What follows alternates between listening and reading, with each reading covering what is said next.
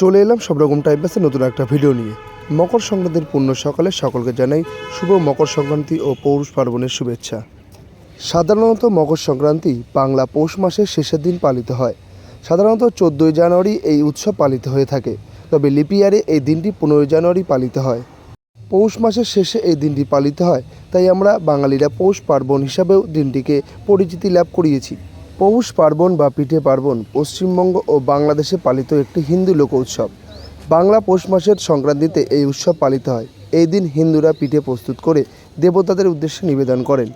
কথিত পুরাণ অনুযায়ী হিন্দু ধর্মে বিশ্বাসী মানুষেরা মনে করেন মকর সংক্রান্তির দিনে ভগবান রামচন্দ্র আকাশে একটি ঘুড়ি উড়িয়েছিলেন, আর সেই কারণেই মকর সংক্রান্তিতে ঘুড়ি ওড়ানো হয়। এছাড়া রামের ওড়ানো সেই ঘুড়ি ইন্দ্রলোকে গিয়েছিল বলেও কথিত আছে। ওই বিশ্বাস থেকেই মকর সংক্রান্তির শুভ দিনে পালিত হয় বা শুরু হয় ঘুড়ি ওড়ানোর রীতি। মকর সংক্রান্তি বা পৌষ পার্বণের এই পুণ্যতিথির এই দিনে এই সব উৎসব পালনের পাশাপাশি আমাদের পুণ্য স্নান গঙ্গাসাগরে পুণ্য স্নান করা হয়, এই রীতিও প্রচলিত রয়েছে। গঙ্গাসাগরের পৌরাণিক কাহিনী মূলত কথা বলে জীবন ও মৃত্যুর বৃত্ত এবং মোক্ষ সম্পর্কে, আর এই ভক্তির মুখ্য কেন্দ্রস্থল হল কপিল মুনির মন্দির।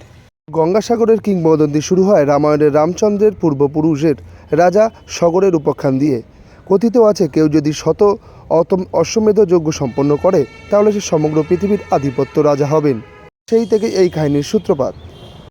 যুগে যুগে এইসব পৌরাণিক কাহিনী কিংবদন্তি ও পরে কিংবদন্তি থেকে বিশ্বাসে রূপান্তরিত হয়েছে। রাজা ভগীরথের নাম অনুসারে তাই গঙ্গার নাম হয়েছে ভাগীরথী। রাজা সাগরের নাম অনুসারে সমুদ্রের নাম হয় সাগর। সমুদ্র ও নদীর মধ্যবর্তী দ্বীপের নাম হয় সাগরদ্বীপ। সেই থেকে এর নামকরণ হয় গঙ্গাসাগর বা সাগরদ্বীপ। পৌরাণিক আখ্যান বিশ্বাস রেখে প্রতি বছর লক্ষ লক্ষ পুণ্যার্থী মোক্ষের সন্ধানে পুণ্যের সন্ধানে মকর সংক্রান্তির সময়ে গঙ্গাসাগর মেলায় যান। তারা বিশ্বাস করেন সাগর সঙ্গমের পবিত্র জলে ডুব দিলে সমস্ত পাপ ধুয়ে যায়। এই বিশ্বাসে ভর দিয়ে প্রতি বছর লক্ষ লক্ষ মানুষ কপিল মন্দির দর্শন করেন এবং সব তীর্থ বারবার, গঙ্গাসাগর একবার। মকর সংক্রান্তি এই শব্দটি জ্যোতিষশাস্ত্র অনুযায়ী সূর্যের মকর রাশিতে প্রবেশ করানো বোঝানো হয়ে থাকে। ভারতীয় জ্যোতিষশাস্ত্র অনুযায়ী সংক্রান্তি একটি সংস্কৃত শব্দ।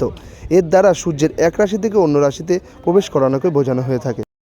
আপনি এবং আপনারা সাফল্যের সিঁড়ি বেয়ে অনেক ওপরে উঠুন, যেভাবে ঘুড়ি আকাশে উড়ে যায়। জীবন কাটুক আনন্দে। মকর সংক্রান্তির এই শুভ দিনে শুভেচ্ছা রইল আপনাদের সকলকে, তোমাকে এবং তোমার পরিবারের সকলকে। মকর সংক্রান্তি ও পৌষ পার্বণের অনেক অনেক শুভেচ্ছা ও ভালোবাসা রইল সব রকম টাইম পাস পরিবারের পক্ষ থেকে। সকলে ভালো থাকবেন, সুস্থ থাকবেন। আমার চ্যানেলটিকে লাইক, কমেন্ট, শেয়ার ও সাবস্ক্রাইব করার জন্য অনুরোধ রইল। আরও নতুন নতুন ভিডিওর আপডেট পেতে সব রকম টাইম পাস চ্যানেলের সাথে থাকুন।